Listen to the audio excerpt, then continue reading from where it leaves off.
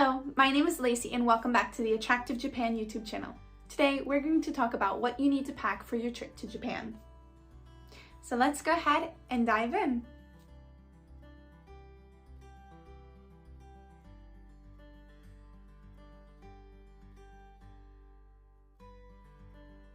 When planning or packing for a trip to Japan, you can start to wonder, what do you actually need to bring?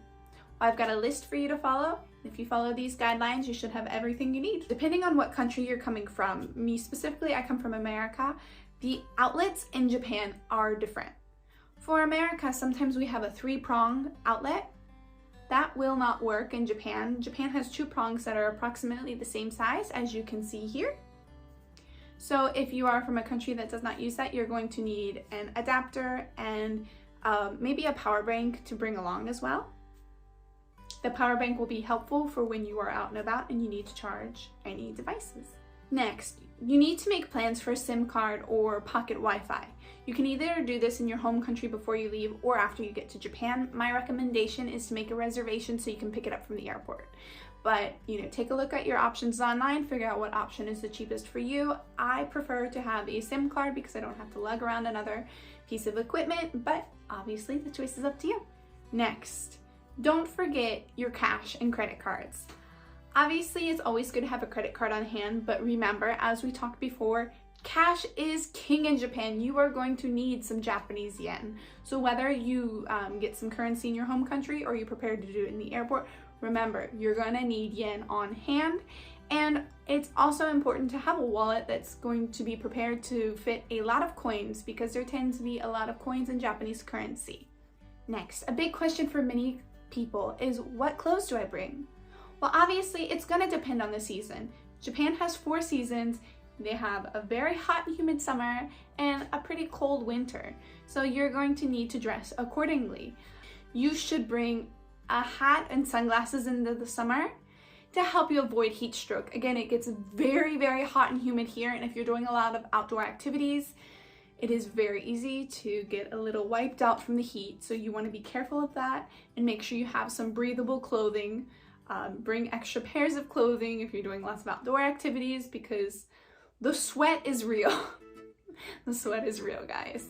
And obviously for the summer, Japan is a little more conservative than many other countries, so try not to show bra straps or anything like that. Obviously no one's going to hunt you down and be like, how dare you? But it's not custom here and it can be considered rude depending on where you are.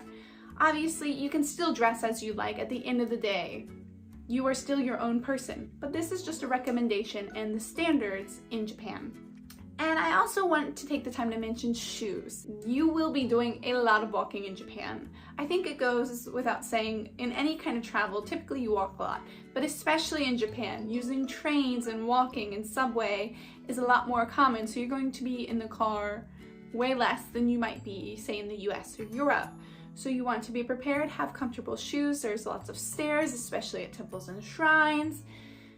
Be nice to your feet and bring shoes that are easy to slip on and off. And along with the shoes, because in Japanese culture you take your shoes off typically when you enter a building, depending on where it is, you are going to want clean, pretty socks, nothing with a lot of holes or anything like that, because you're going to take your shoes off and people are going to see that, and it's just not the best situation to be in. So aside from clothes, you're also going to want to bring masks. Obviously, because, Corona is not over, hopefully eventually it will be, but who knows if it ever will, you're going to need a mask. In Japan, the rules are still pretty strict of you need to wear a mask in basically all situations where there are a lot of people, always indoors. I know in the US and in Europe, things have gotten loose depending on where you are. People are not wearing masks so often. In Japan, people are still very much wearing masks basically anytime they go outside. So be aware of that. Bring something breathable, comfortable, your preferred mask. Also, I've mentioned this a few times before, but you're going to want a small hand towel, hand sanitizer, and some pocket tissues. And this is because of public toilets. So when you go to public toilets in Japan, usually there is not a hand dryer or paper towel, so you're going to want that small hand towel to be able to dry your hands. Sometimes there is not soap in public bathrooms, so if you are someone who's picky about that, you're going to want the hand sanitizer to make sure your hands are nice and clean. And then for the pocket tissues, depending on where you are, if you're going into more of the countryside or you're visiting a lot of temples, sometimes the bathrooms run out of toilet paper. I say sometimes, but it's happened to me for whatever reason several times. Bring tissue paper just to be safe. You never want to be stuck in the bathroom without toilet paper. It's not great, I say from experience. Obviously, you're going to need your visa depending on what country you are, how long you're staying, so you need to do that research. Aside from visas, you're going to possibly want travel insurance, so you need to make sure you have that ready. And aside from that, if you plan on driving in Japan, you're going to need your home driver's license, so whatever country you're from, you need to bring that driver's license, as well as many countries need an IDP, an international driver's permit. This is going to depend on the country you're from, but you have to get your international driver's permit while you're in your home country. You cannot get it in Japan. So if you want to drive with that, you need to have it ready. And some countries don't need this international driver's permit, but they need a translation of their driver's license. And so some of these countries are Belgium, Estonia, France, Germany, Monaco, Switzerland, and Taiwan. Yes, but you need an official translation, not just any translation, an official translation. Aside from that, the clothes, the shoes, everything, you're going to need any stomach or headache medicine that you are used to. It's unlikely that you'll get sick in Japan due to the food because they are very clean. But the change in food or the change in your diet could make you potentially get an upset stomach, so you want to be prepared for that. Have some antacids or whatever your preferred medicine is. Obviously, it's always good to be prepared just in case, because you do not want to be in a situation where you walk in to the Japanese drugstore with all of the kanji and searching for stomach medicine. It's not a fun situation to be in. Don't forget your deodorant. As I said before, Japan gets very hot in the summer, very sweaty. They only have the spray deodorant here. In the US, we have stick deodorants, which help with the smell a lot more. You're gonna want your deodorant if you're coming in summer. Don't forget it. Recently in Japan, stores have been trying to push for more reusable bags, meaning that when you use a plastic bag, they now cost money here. So it would be good to pack a reusable bag for you to use while you're here, while you're shopping, those sorts of things.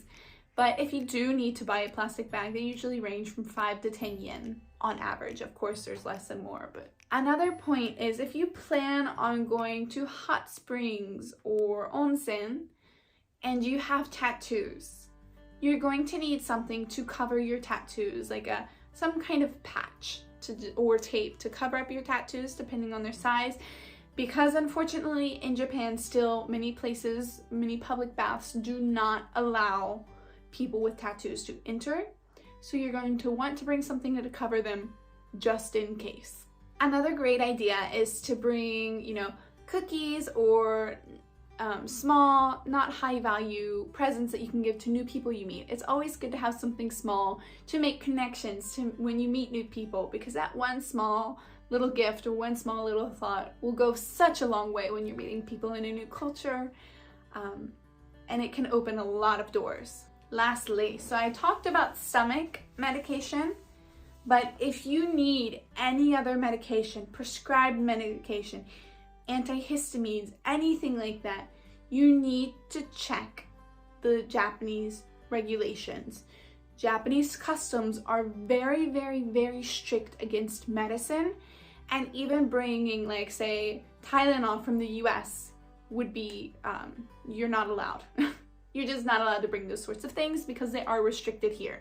So if you have any prescribed medications or anything that you need/want to bring, check their regulations, make sure you get the forms filled out, get your doctor's signature and all of that. But you need to check the official Japanese website, which I will link in the description box down below. Make sure you're covered, don't make a mistake. Japan is super, super strict. So if you have any questions or any concerns or anything that you think should be added to this list, comment it down below. Thank you so much for watching. If you are planning a trip to Japan, check out my other Japan trip advice videos. And if you need any travel inspiration, check out our other fun videos about destinations in Japan. Thank you so much for watching. Subscribe, like, and I'll see you next time.